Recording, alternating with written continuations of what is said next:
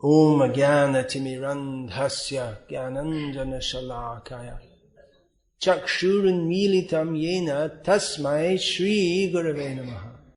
A devotee should always try to hear about spiritual matters and should always utilize his time in chanting the holy name of the Lord. His behavior should always be straightforward and simple, and although he is not envious but friendly to everyone, he should avoid the company of persons who are not spiritually advanced. Purport: in order to advance in spiritual understanding, one has to hear from authentic sources about spiritual knowledge. One can understand the reality of spiritual life by following strict regulated principles and by controlling the senses. To have control, it is necessary that one be non-violent and truthful. Refrain from stealing, abstain from sex life, and possess only that which is absolutely necessary for keeping the body and soul together. One should not eat more than necessary. He should not collect more paraphernalia than necessary. He should not talk unnecessarily with common men. And he should not follow the rules and regulations without purpose. He should follow the rules and regulations so that he may actually make advancement. There are 18 qualifications mentioned in Bhagavad-gita, among which is simplicity. One should be without pride. One should not demand unnecessary respect from others. And one should be non-violent. Amanitvam madambhidvam ahimsa. One should be very tolerant and simple. One should accept the spiritual master. And one should control the senses. These are mentioned here and in Bhagavad-gita as well. One should hear from authentic sources how to advance in spiritual life. Such instructions should be taken from the Acharya and should be assimilated. It is especially mentioned here, Nama Sankirtanach Cha. One should chant the holy names of the Lord.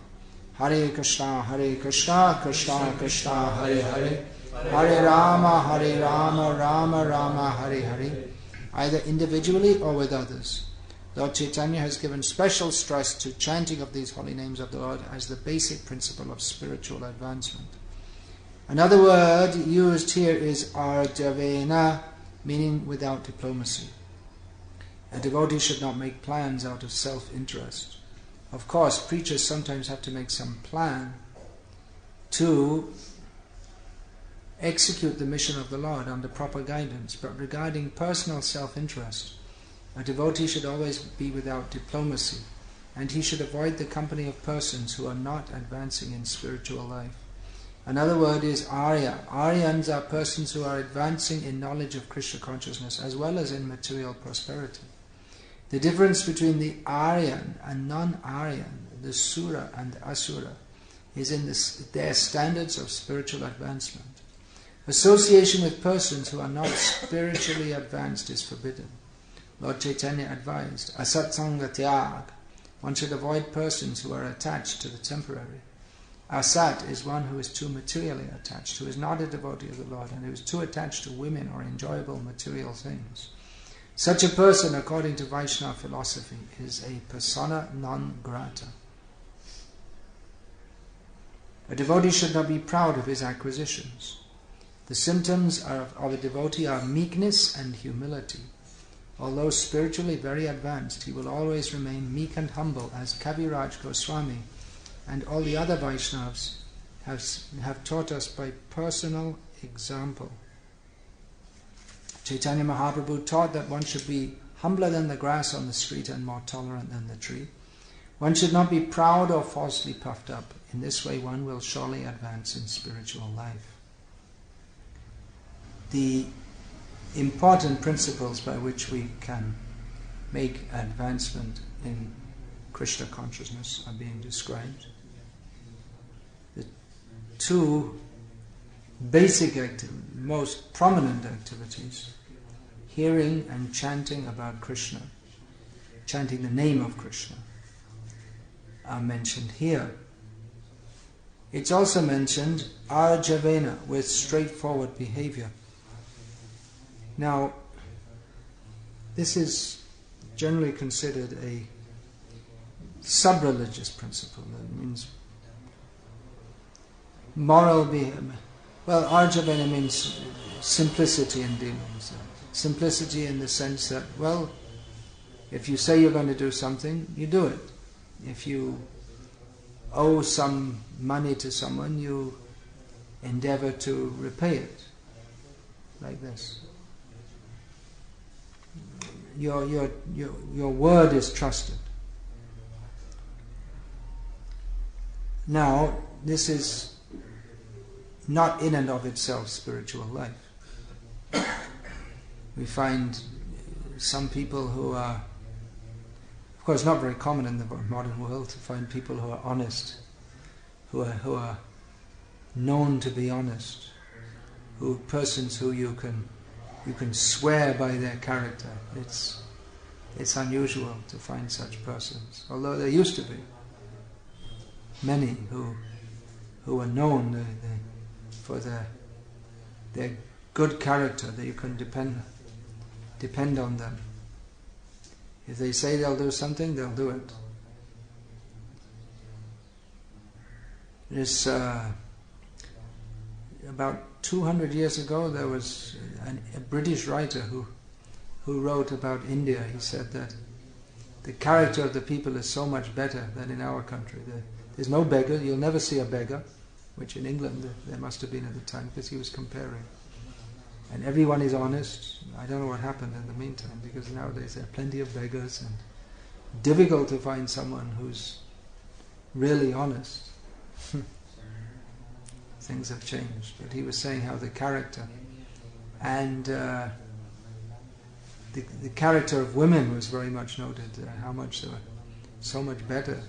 They're so much more cultured than the average British woman. Some British writers noted.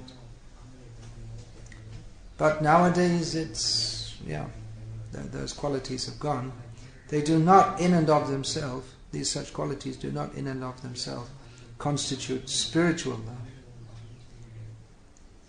One who is chanting the holy names of Krishna and endeavoring to advance in devotional service, even if his basic character background is not so good, is better situated than one who's very honest and moral, but who has no particular interest in hearing and chanting about Krishna.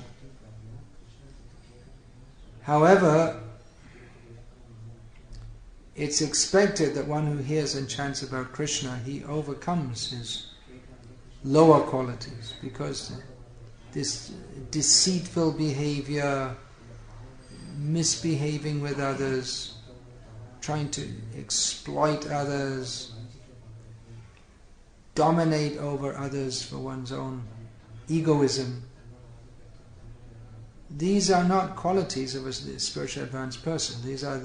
These demonstrate that one has some other motive than that to serve Krishna. So if one is actually hearing and chanting about Krishna, the heart should become purified, and one should overcome these lower qualities. And the absence of such qualities is so prominent in the modern age that practically this Radhanath Swami, whose Chopati group is very famous. So many people are coming. They base their preaching, as Chaitanya Mahaprabhu said, Apane Acharya Prabhuji Bere Shikai, on their behavior. Now, when that's said, Apane Acharya, that means Chaitanya Mahaprabhu taught by his own behavior. That means not just behaving nicely with people, so to speak, although sometimes Chaitanya Mahaprabhu appeared to be very harsh also, as in the case of Chota Haridas, who was banished by Chaitanya Mahaprabhu for a small fault, and eventually, out of despair, committed suicide. And when Chaitanya Mahaprabhu heard, he said, well, that's good. So he appeared to be this, what is that? Kusam api komal, pashan api kotor. Chaitanya Mahaprabhu is famous as being soft as a lotus, but in this case he was hard like a stone. So when it said that Mahaprabhu taught by his behavior, that means he showed how a devotee should always be engaged in hearing and chanting and remembering Krishna. But this arjavam, which is a component of as it said here, Arya Sangha. It's a component of the behavior which is expected of civilized people, or people who have higher values than trying to exploit others or trying to enjoy this material world. Persons who are at least on the platform of dharma, generic dharma, that they behave straightforwardly. So I was saying about Ratana Swami is promoting this, at least within his group it's promoted. I asked one newcomer there what is your goal of life? He said, to preach Krishna consciousness. I said, well, how do you propose to do that? And he said, by good behavior. Now that, as I said, it doesn't in and of itself constitute Krishna consciousness, but if it is there, then people will tend to note it. That's the idea. Of course, you have to go out and meet people and preach to them and distribute Prabhupada's books. And in Copenhagen earlier this year, someone asked that, well, previously we used to emphasize book distribution, now we emphasize good relationship among devotees, with the idea that people will notice and they'll become devotees. But, I mean, you can sit at home and smile at each other all day as much as you like, but it's not, people aren't going to become devotees. You have to go out and meet people. That's not in and of itself our program for preaching. It's being nice to each other, pass the salt and smile. But being nice to each other, we have to do activities also. It's not just being nice. As you spend your days, you rise, you chant a little, you cook something, you offer it, you eat it, you clean up, you take a little rest, and then it's time to cook again. So then you cook again and wash and very nicely serve the prasad to everyone, and then wash the pots, and then it's time for a little more kirtan, and then time to go to sleep. That's the whole day gone. So you can pass your whole day like that, a little bhajan and a little bhojan, and you have to go out and beg a little something also. So the whole day can go, and you can be very nice. But actually, I've seen in ashrams. I'm not thinking so much about ISKCON here, but so many ashrams in the course of traveling and preaching in India. There are ashrams in the West also, but I've hardly been to any, but I've been to many in India. And you can see in places where there's no real spiritual program, that's what they do. They live, they eat. And you were saying this, who is that you were telling me? Swami Narayan? They're in their ashrams, they go to Arati for about 5 minutes in the morning, and that is their spiritual program. They don't have anything else. I was seeing someplace, we saw their ashram, someone sitting out in the morning sun reading the newspaper, and come back half an hour later and still reading the newspaper. So, and you obviously you won't find that people are becoming spiritually advanced like that. So they may say, well, in our ashrams, people they may not be so peaceful, but the peacefulness of doing nothing is not spiritually advanced. Just a very peaceful life. No anxiety, nothing to do. Food is coming, and you have a place to sleep, and everything is nice. So that's not spiritual advance. That's not even the mode of goodness. That's like, it's like a pig is content if he has food. Annamai, the lowest level of existence, lowest level of consciousness.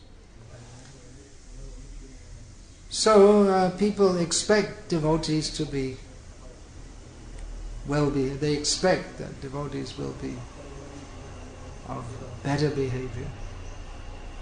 I remember Janananda Prabhu, this made me know, many years ago. You all know, they don't all know, but not Jayananda, Janananda, my old friend. So he told me he was opening a centre in Newcastle in the north of England, and he had no money, and then he was by himself, and so sometimes he would come down to London to the main centre there. He would hitchhike. He didn't have any money. And one evening he was hitchhiking, and one lady stopped him. A middle-aged woman. She said, "I wouldn't stop for anyone else, but by your dress, I could see. I'd stop for you." Then again, I heard some. But then, if you are dressed like that and as a monk, and then you behave in a way that people don't appreciate, they get upset more. I remember hearing that at the border between West Germany or going into Berlin, in the days when there was West Germany and East Germany, some devotees, a huge long line, and they had a program. It was getting later and later and later, and they just zipped up right to the front of the line. People saw, in Germany, where they're all follow the rules and regulations. The people were very upset because you're not supposed. You're supposed to be like detached. You don't care if you're late, or there's a misconception that you should just devotees. They should just smile in all circumstances and everything is okay. It's a misconception that devotee doesn't get upset. Someone steals all the money in the collection. So Brajahari Prabhu was telling me that one of our ISKCON sannyasis, he gave 75 lakhs to someone with the idea this person would set up a business for maintaining their ashram, and he swallowed it. And Brajahari Prabhu was telling me, well, this sannyasi, he's very soft, and people like him, they give him donations, but so many times people cheat him, and then they just come and touch his feet and say, "Maharaj, please forgive me." And he'll say, all right. So Brajahari Prabhu asked him, why are you letting this person, or why are you so? He said, well, people will give more money, and he'll get his result. Krishna will look after him. Brajahari Prabhu said to him, "Maharaj, that's not your money, that's ISKCON's money. You should be more careful. People are giving that to you to serve Krishna." So even worse is when the devotees, people perceive that the devotees are cheating them. Actually, the devotee, if he uses the money for Krishna, then it's all right. We know that Tirumangayalva, famous in this part of the world for securing funds by means that at the World Parliament of Religions it wouldn't be approved of, no doubt, or practically no one would approve of it. Stealing the Buddha, gold Buddha deity, melting it down. I mean, that would be considered a tremendous sacrilege. You know this word, sacrilege? You know this word? Sacrilege means to offend something which is sacred. It's something like, urinating on the Quran or something like that. So, if you steal the Buddha deity and melt it down, that's considered very it's similar to blasphemy, but blasphemy is verbal and sacrilege is physical. So that can be done by devotees, but then you can do anything if it's actually done for Krishna, but the result may not be so good. In Assam, one of our godbrothers who recently passed away, he built the temple in Guwahati, in the capital, by taking loans from so many Marwari businessmen. He never paid it back, and then when they realized that he had no intention of paying it back, then they all became disappointed. If he'd have handled it better, they might have been pleased to donate it anyway, because but somehow he didn't deal with them properly, and then he lost their support and got a bad name also, particularly among that community. So I was saying that woman, she picked up Jananda Prabhu because she thought, well, seeing you, I can trust you. But then we find that many devotees who do business, several devotees told me who do business, they say that, well, you never deal with devotees because you can't trust them. They'll take goods and never pay for it. You'll find in the BBT also, they won't give books unless you have a covering letter, because they're afraid that so many people, so many devotees take books, which is Prabhupada's blood actually, BBT money, and then they don't pay. It happened to me so many times that you give them some money or you give them some books and they don't pay. And then you see them and say, oh, I don't have any money just now. And then, but it goes on for years, and they have no intention. And it becomes obvious at the time they took it that they had no intention. It was just straightforward deceit. And they may think, well, I'm developing my center or whatsoever, and it's all Krishna's money. But then you can see the person, this kind of attitude. How do they deal? This kind of attitude? They think I'm sacred and everything I do is perfect, and doesn't matter if I lie or deceive another member of the society of ISKCON. So then how do they deal with the public? And how do they deal with everyone? What is their motive actually?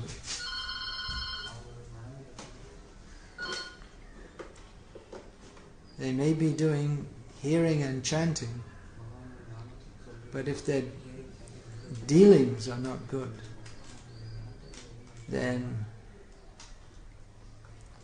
no one will trust them. You can be cheated once or twice, then you won't. No one will want to deal with such a person. So this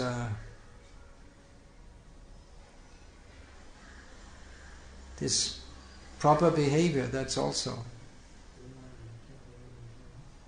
to be considered. Prabhupada said about smuggling, because in India it used to be that even if you had like a simple Timex watch from the West, people would, they'll be looking at it and say they want to buy it, and they want it's anything from the West, sleeping bag, watch was a common thing, calculators when they came in, just a cheap old calculator. So you can make a profit by bringing these things into the country and selling them. So some devotees thought, hey, we can make some money for Krishna. But Prabhupada warned not to do it. There was one so-called guru from India who went to the West. He was caught by the customs, and I don't know what happened. He was put in prison or fined or something. He was found guilty. And Prabhupada wrote, as one note, he said his whole reputation is spoiled now because of this. So he said we shouldn't risk this, we shouldn't do this. Even though, theoretically, for Krishna, you can do. But then you have to see what is the public reaction also. Prabhupada wrote in one purport that the members of our society should be adored as being honest. So this hearing and chanting, that should go on. And even though one can do anything for Krishna, and practically speaking, in the modern world, unless you sometimes... It's very difficult to do anything without sometimes breaking the law or being deceitful in some way. It's just like in our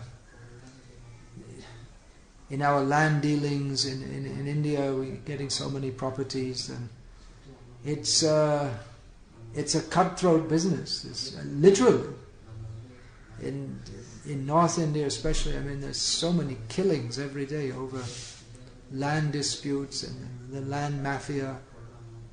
In Tamil Nadu, not much killing, I think, but nasty dealings, that's for sure. But in Mathura district, for instance, it's very dangerous dealing in land. Our godbrother there, the Kshiradakshai Vishnu Maharaj, was reportedly murdered so that the people could take over his ashram. And that's not a rare occurrence. There's so many killings all over land and disputes and different mafias, power and this and that. So, and then underhand dealings and payment in black money and all this kind of thing. So, because the land market is dominated by these corrupt and what's the word? This feelingless people. That if we in land deals, we also, if we want to be totally clean and you can't do anything. That's one instance. You have to. It may not be in every case, but in many cases you'll have to do something, or to get the registrar to register, you have to pay a bribe. Otherwise, they won't do it. They just won't do it.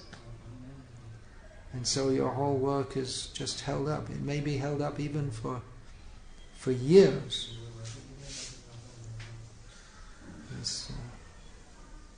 I heard that in one of our centers. We purchased some property years ago, and you go and it's still undeveloped because someone else wants to get the property, and so they're paying off the registrar in the city office, so he won't give permission to develop it.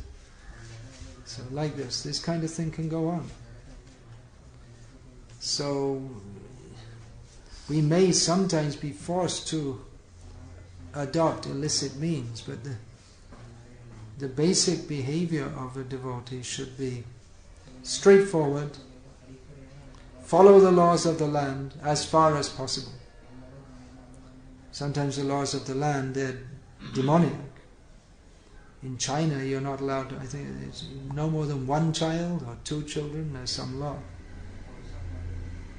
So that means if it's one child and then you have a second pregnancy, then abortion is compulsory by law.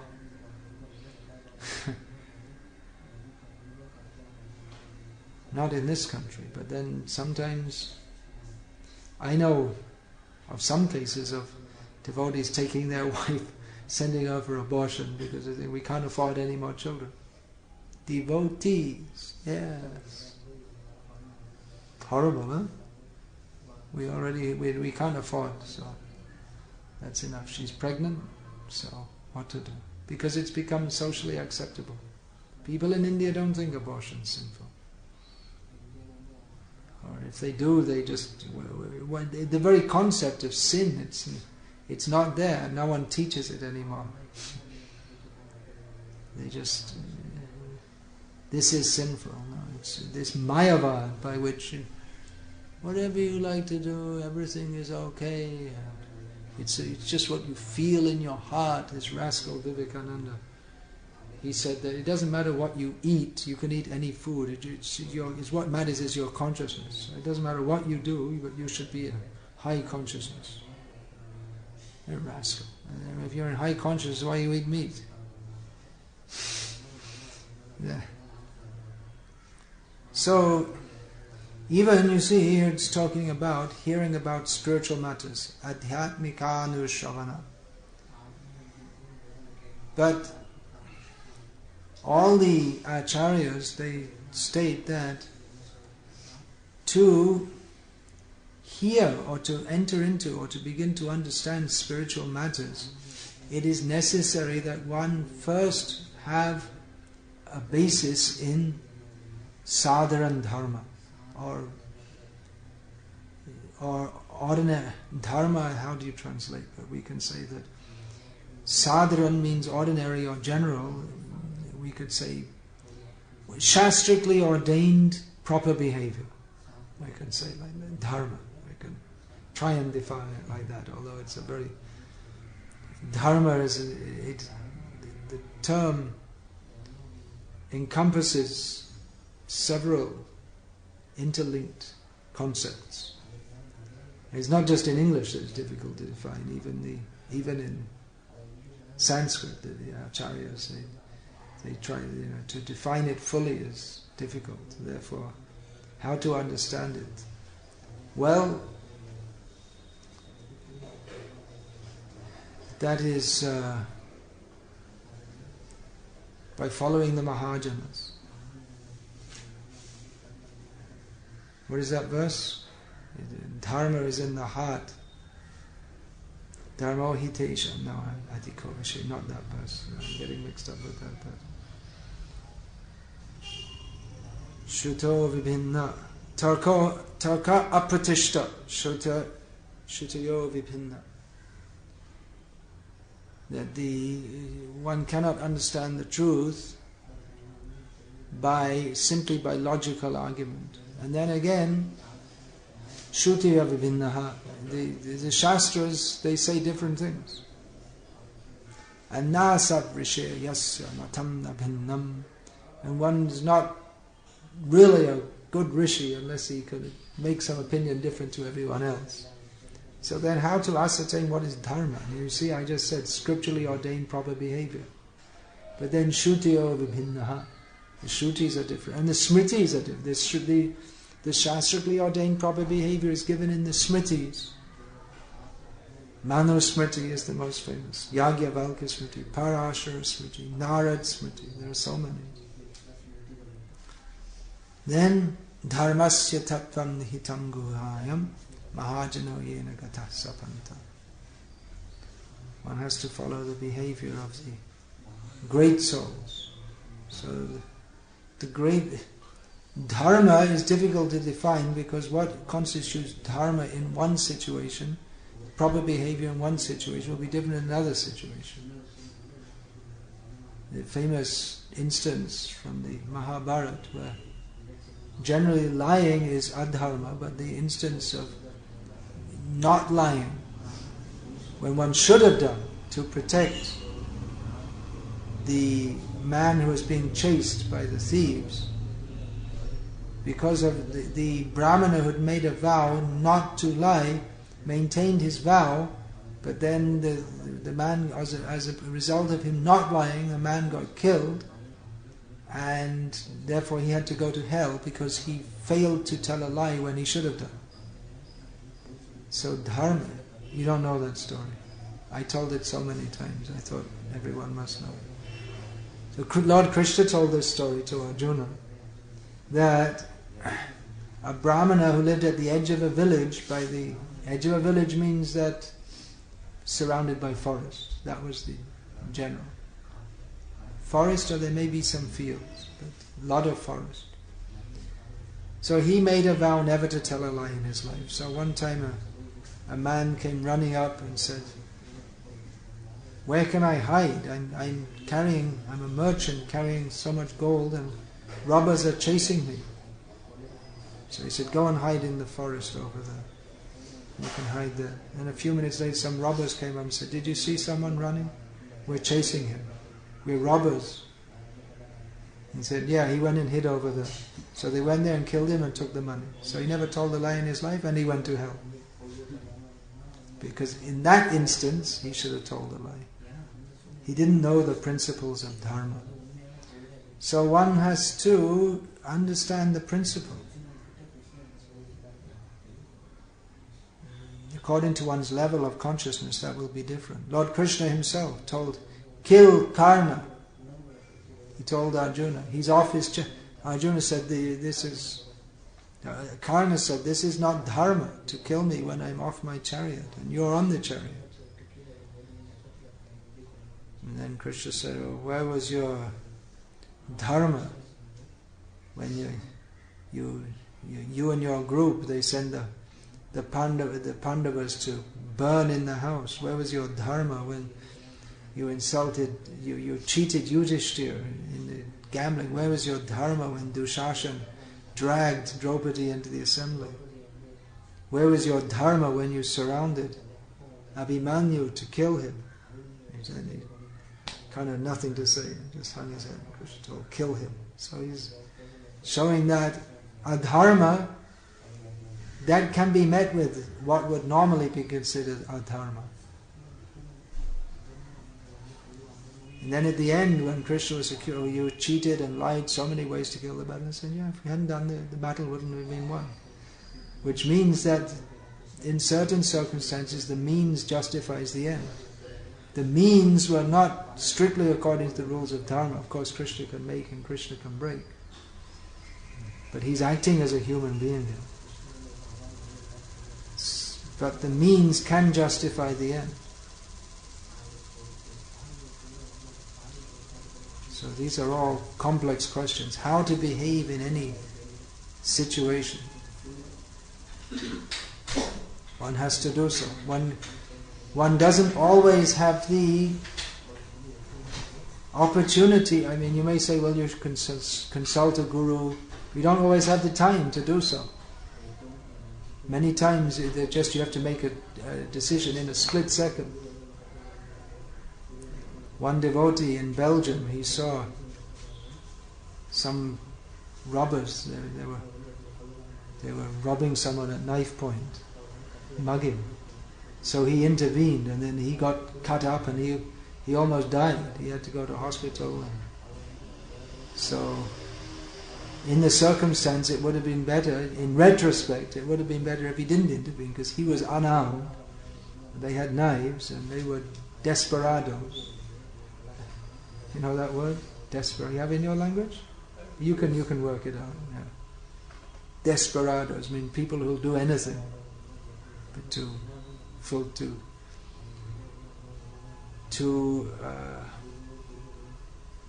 fulfill their baddies. You know that word? The goodies and the baddies. So they're baddies. They're bad people. Will do anything bad. So it wasn't a very intelligent decision to make. If he was taking on 2 armed criminals, if he had been successful, people would have praised him, but the odds of him being successful were not very much.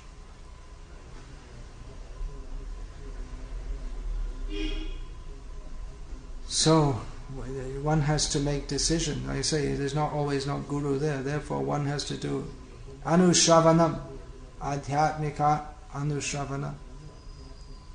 So one can understand what to be done, what not to be done. Krishnate akila cheshta, everything should be done for the satisfaction of Krishna. How to act in every moment for the pleasure of Krishna. Often it's straightforward. At this time you should rise, it's early in the morning, you should rise. This time you should go to Mangal Arati. Often it's very straightforward.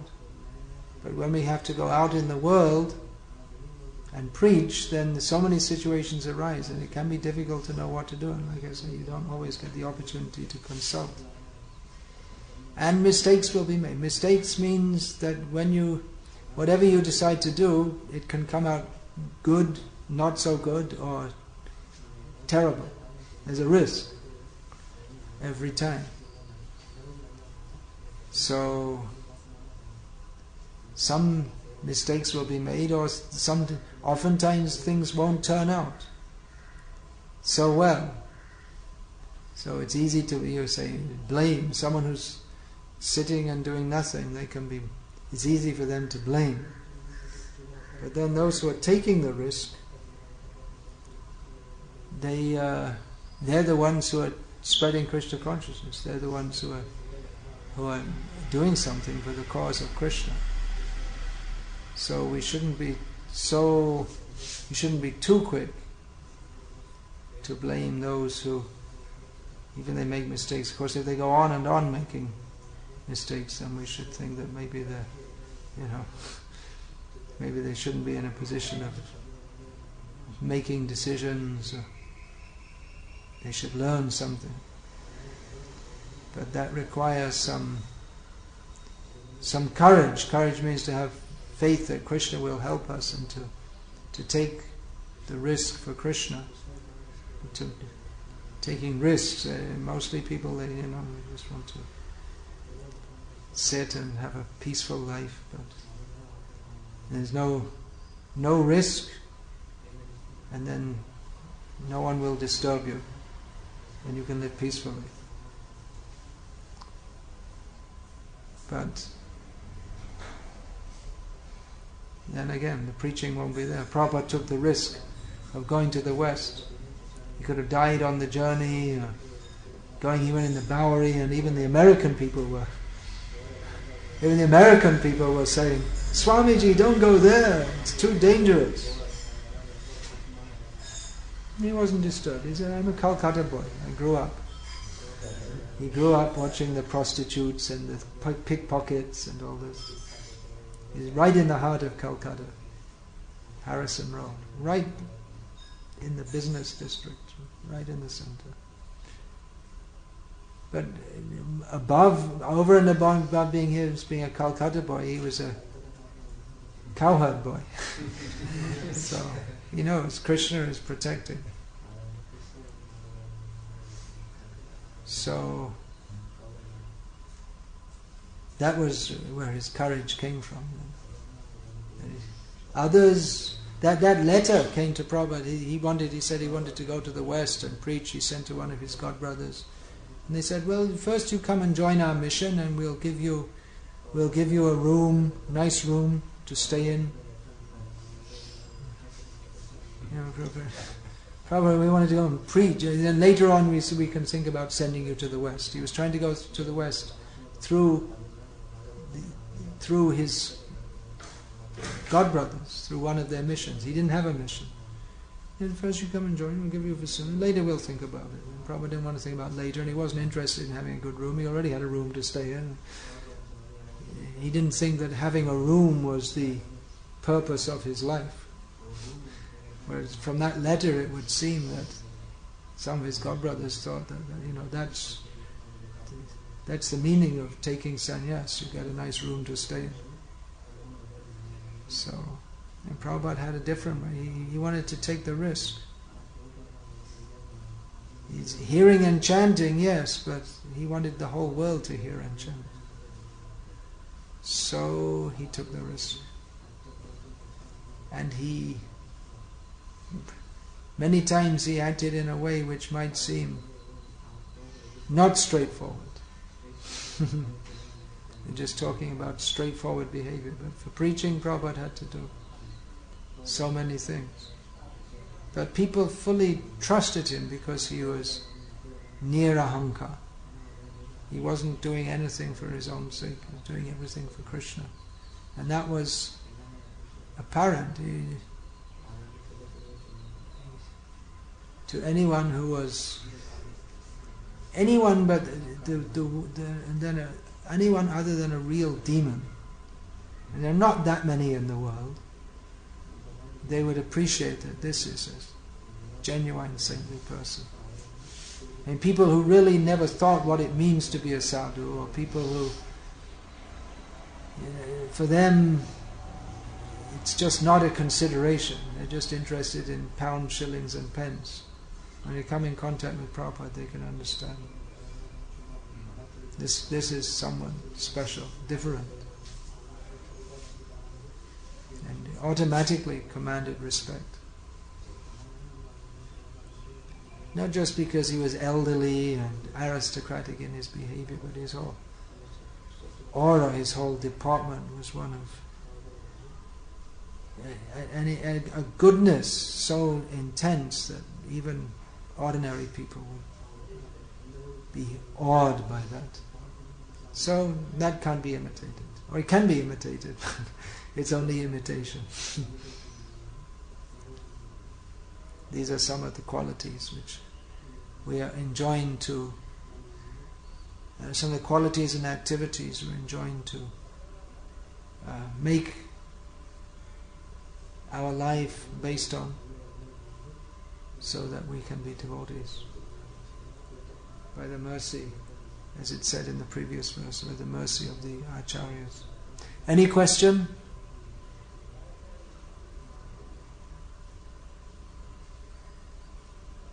And meanwhile I'm sitting here. I came to Salem and I'm sitting. I'm talking about going out in the world, taking risk. I'm sitting. Well, I was traveling for a lot, but I'm writing also.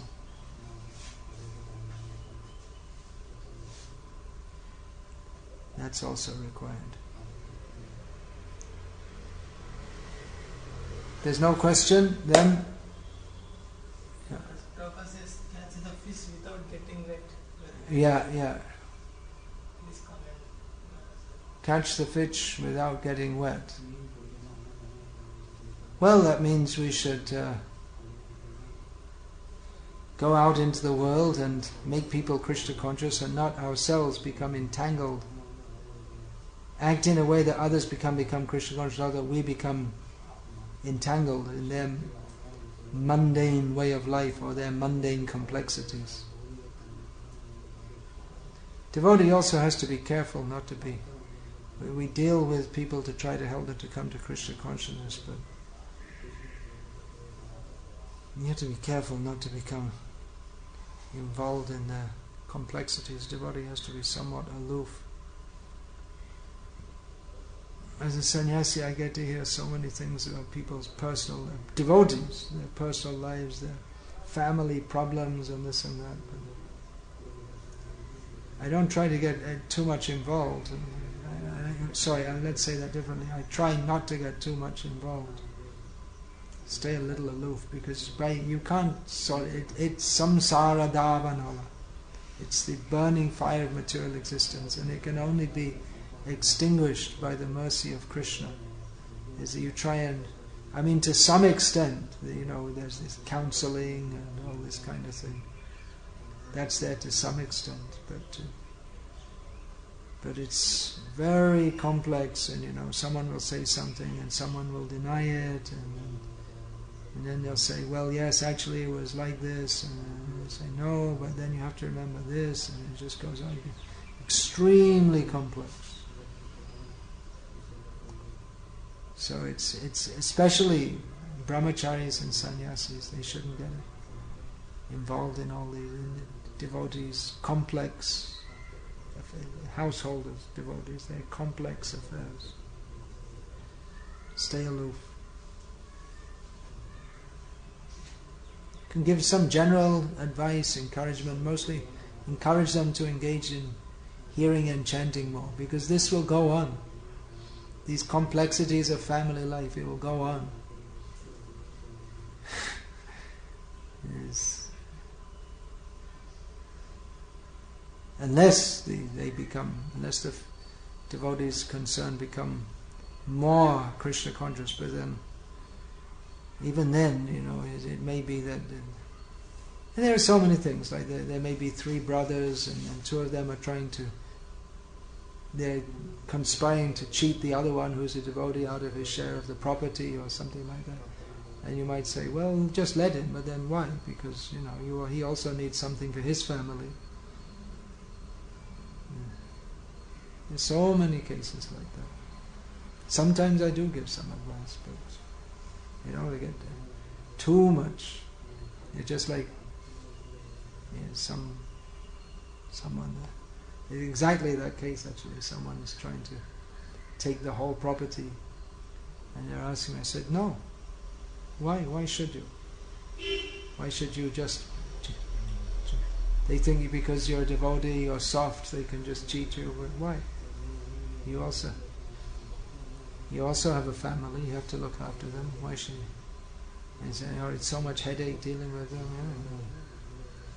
It doesn't mean you should just let them run over you and cheat you.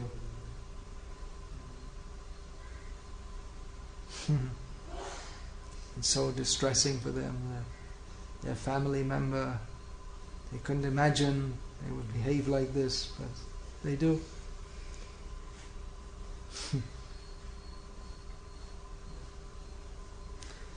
Hare Krishna. Srimad Bhagavatam ki jai. His Divine Grace Srila Prabhupada ki jai.